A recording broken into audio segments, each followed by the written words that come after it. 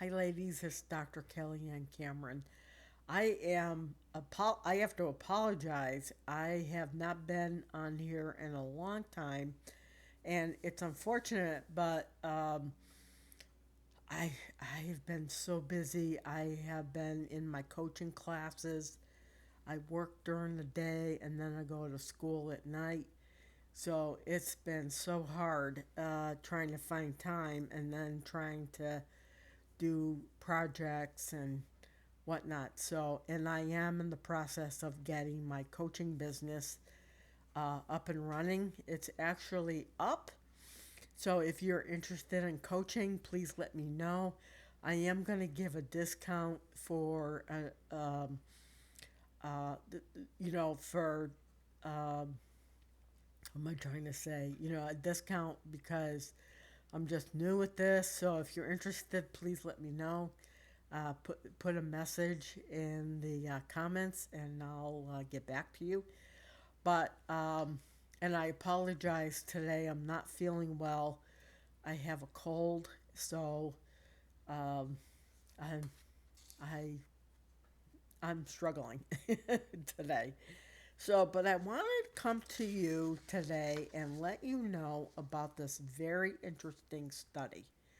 It's a study by Carolyn Pucket, Dolores Garcia, and Rebecca Jones out of the University of Texas Health Science. And the article is called Social Structural Determinants of Health Association with Cervical Cancer Screenings Uptake in South Texas.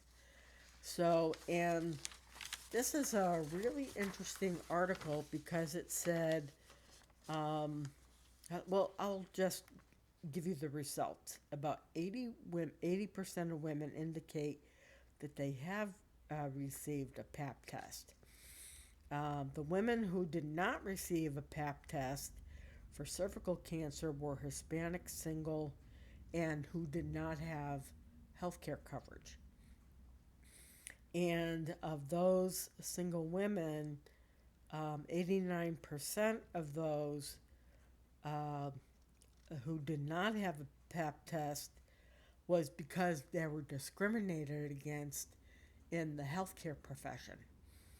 So, and um, single women had a higher score of not of getting cervical cancer because they were discriminated against. Married women often do have PAP tests. They're having sex with their husbands. Most single women don't. Um, but the single women had a higher discrimination score and did not receive PAP tests. And single women generally, according to this study, did not get a PAP test for cervical cancer because they had no insurance.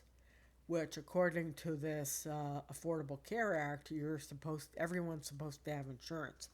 But we know a lot of women or single women and a lot of people don't have health insurance because it's so expensive. But the South, but it says South Texas women who are single report perceptions of greater discrimination and who did not have and or did not have health care coverage were less likely to have a PAP test, which meant they were at greater chance for cervical cancer.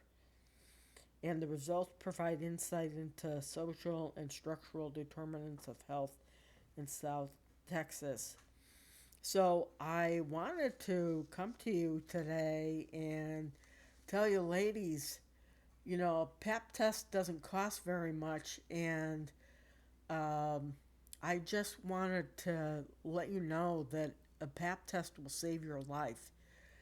Cervical cancer is no joke, and any kind of cancer. I have a little scar here. I had thyroid cancer, and hearing and seeing the word cancer on a medical report or a doctor telling you you have cancer, that's a very scary thing.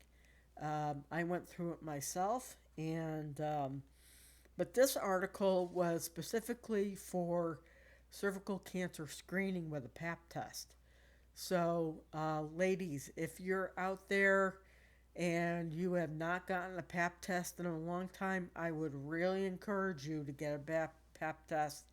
If you have to borrow the money to pay for it, um, I would highly recommend it, and get all your animal checkups. I know it's hard. I know it's very hard paying for medicine or putting gas in your car or food on your table. Yeah, I get it. I went through that myself. But, and just pray that the Lord would provide money out of nowhere. And I pray that all the time. I pray, Lord, I need money out of nowhere. And money that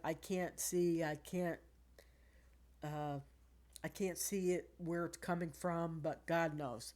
And just money out of nowhere. So I wanted to give you this study. So have you ladies go get a pap test.